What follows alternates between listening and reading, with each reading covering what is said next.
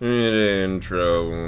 So, in early 2014, I started a series that was going to be about trying to bridge the gap between public understanding of intelligence agencies and what they actually do, but I started getting some messages that seemed very confused, and I concluded I somehow failed to simplify or communicate things, so I postponed the series until I could figure out what was wrong. And I didn't go back to finish it, because for public perception, the reality of how insurgencies and drone strikes and the like actually function is so skewed from public expectations that the act of communicating information requires the dispelling of disinformation, and I wasn't sure how to best rectify the problem in a way that would still be simple and easy to understand. The general public is very misinformed when it comes to specialized issues. I touched on this in my supervillainy video, but people seem to base their expectations off of what information they have, even if it's limited to, like, James Bond movies.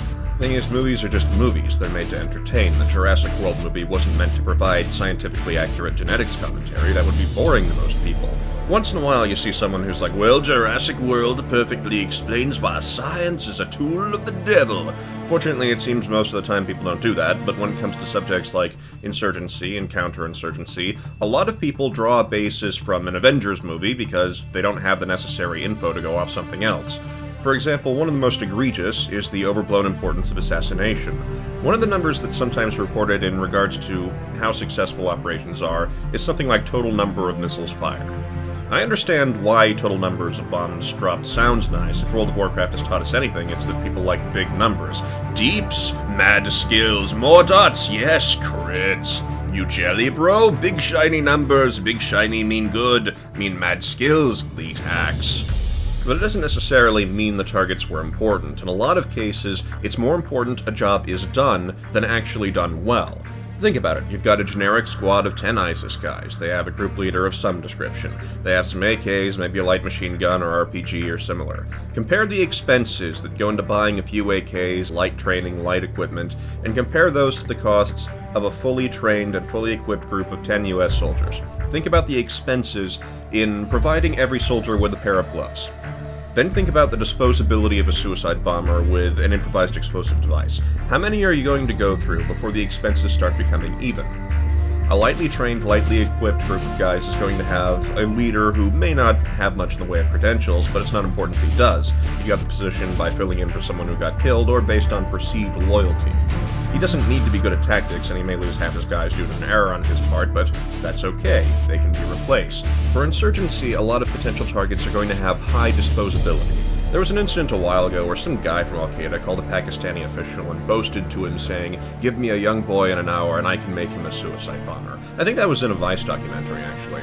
So, what's the story of generic ISIS member 1337? His story is he lived in some town, there was an explosion where he lost some friends or family, he'll be told it was a drone strike, which might be true, and he's going to be in an emotional state while having someone who knows all the right things to say to him to convince him what he should now do with his life.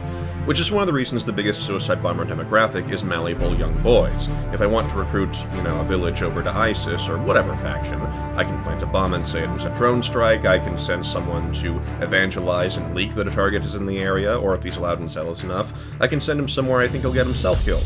I don't even need to train any of them for public speaking, I just need to be willing to give them the gift of martyrdom. And maybe generic ISIS member 1337 suffers an equipment malfunction and loses his arms operating a cheap import mortar. 1338 is there to replace him, and 1339 after that, and there's another cheap import mortar waiting. Moral high grounds are popular in the West, and sometimes people like to humanize and remember they're not just empty shells, they're real human beings that had real childhoods. Unfortunately, from a logistics standpoint, they're cheap disposables even to their own team. A special group with special training and special gear is expensive, and if they're eliminated, that's a large investment lost, whereas minimal training and minimal equipment spent on guys that were recruited from some small town at very low cost is the preferred process, because sure, many get killed, but if you lose 9 of them in skirmishes, suicide bombing attempts, or equipment malfunctions, and the 10th finally manages to do something useful, those expenses can be the more cost-effective thing to do, because the price gap between minimal to elite, or even to comparatively basic, is so large, and if you can just misreport the casualty numbers or pawn it off as martyrdom, so much the better. and that has to be accounted for. The pat yourself on the back moral high ground is popular among Westerners, but a fixation on morals runs the risk of overvaluing the merit of something by thinking because someone died it accomplished inherently more. That's another error I occasionally see. With a fixation on morality exclusively, people can fight against a more ethical course of action when it'd be practical, because overvaluation of an insurgent's life is a danger, not just undervaluation. Personally, I'd like to take a look at how drone strikes are determined to have hit high-value targets, and what definitions there are for a target's value, since that would be a lot more useful to me than total number of targets hit or some such, though I also understand the desire to keep some of that out of the public domain. My point? Well, I'm still high out of my mind on painkillers, but I think I was originally going to talk about the cost of arming insurgents relative to formal military action or assassinations. Something like that. I don't really remember at this point. Insert end of video pandering here, support me on Patreon. Yeah. Happy Thanksgiving, everyone. See you next time.